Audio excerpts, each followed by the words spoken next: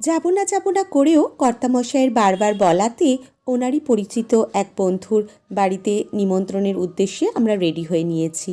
এই যে আমি, ছেলে, মেয়ে, আমি আর মেয়ে আজকে সেম কালার হয়ে গিয়েছি। অন্নপ্রাশন বাড়ি চলেও এসেছি, কিন্তু দুঃখের বিষয় যার অন্নপ্রাশন সেই বাচ্চাটি ঘুমিয়ে পড়েছে, আর ওর মাসিরা ওর জায়গাতে বসে বিভিন্ন রকম পোজে ছবি তুলছে।